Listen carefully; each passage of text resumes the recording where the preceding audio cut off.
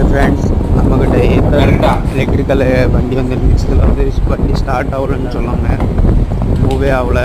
திரும்பி அதில் low power போர்டுன்னு காமிச்சிக்கிட்டு இருந்துச்சு. கடைசியில் நம்ம ஒன் சைடு டோரை கட்டி பார்க்கும்போது ஒயர் கட் ஆகிருந்துச்சு. திரும்பி டேப்லாம் அடித்து இதெல்லாம் பண்ணி விட்டோம்.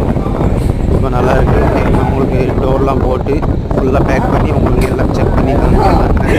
உங்கள் டோர்லாம் நம்ம போடல, உங்களுக்கு எல்லாமே அதோட மெக்கானிக் வந்துட்டு.